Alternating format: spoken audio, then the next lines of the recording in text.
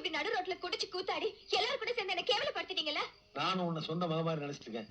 அதனாலதான் நாங்க எல்லாருமா சேர்ந்து உனக்கு ஒரு நல்லது பண்ணுமேங்கிறதுக்காக இப்படி எல்லாம் நடந்துட்டோம். ஜீவாவை போல ஒரு தம்பி எனக்கு இல்லையேன்னு நான் ரொம்ப ஃபீல் செஞ்சிருக்கேன்.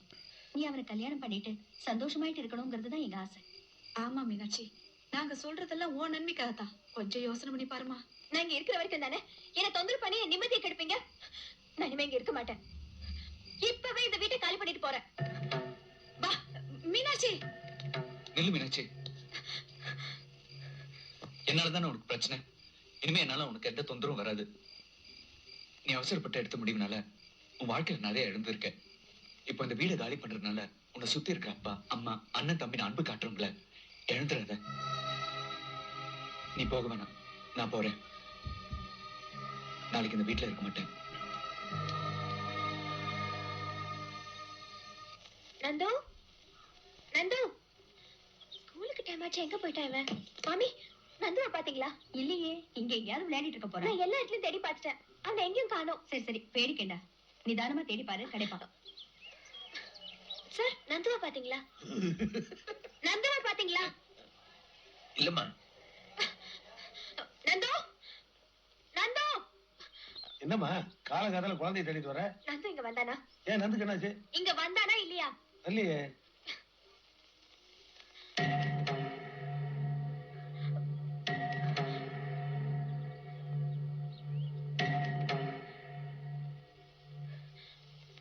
நான் கிளம்பிட்டேன். குழந்தை எங்க? குழந்தை? நந்து எங்க? நந்து இங்க வரலையே. நீ போய் சொல்ற. என் குழந்தை நீ எங்கேயோ மறைச்சு வச்சிருக்க. தயவு செஞ்சு கொடுத்துரு. மறைச்சு வச்சிருக்கேன் நானா? என்ன குழந்தை? எனக்கு ஒண்ணுமே புரியலையே. எல்லா இடத்துலயும் தேடி பாத்தியா? சரி, நான் பார்த்து என் குழந்தை கொடுத்துரு.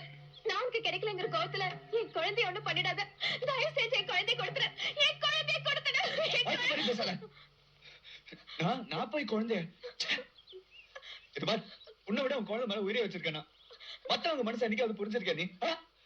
ஓ குழந்தைய போய் நான் குழந்தையோட வரேன். நிம்மதியா இருக்குமே. நீ எல்லாம் ஒரு பொம்பளை. உனக்கு மனசாட்சி இருந்தா அதை தொட்டு சொல்லு. ஒப்பம் பண்ண பாவத்துக்கு அநியாயமா ஜீவாவை பழிவாயிட்டியாமா. 4 வருஷம் உன்னை மனசுலயே வச்சு செவந்துட்டு தானம்மா. அப்ப மனசு கொண்டு போட்டியாமா. சரி, உங்ககிட்ட போய் பேசிட்டு இருக்க.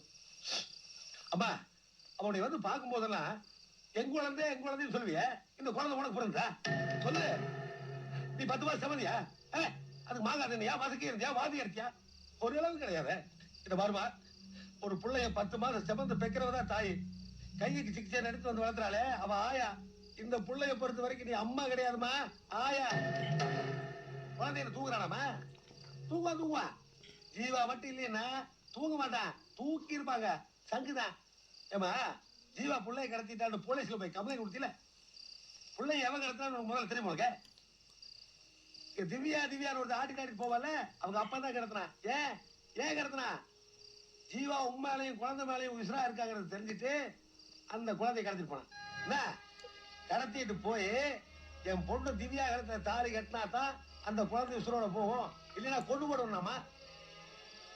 உன் மேல உசிரியே வச்சிருக்கிற ஜீவா நீ சந்தோஷமா இருக்கணும், அந்த குழந்தை சந்தோஷமா இருக்கணுங்கிறதுக்காக இத்தனை வருஷமா தான் மனசுலயே வச்சு சுமந்துருந்தாலே அந்த காதலை இறக்கி வச்சுட்டு தான் அந்த குழந்தையை கூட்டு வந்தா தெரியுமா?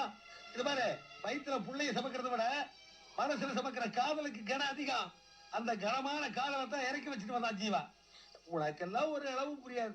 ஆனா நீங்க சாதாரணமான பொண்ணு இல்லம்மா.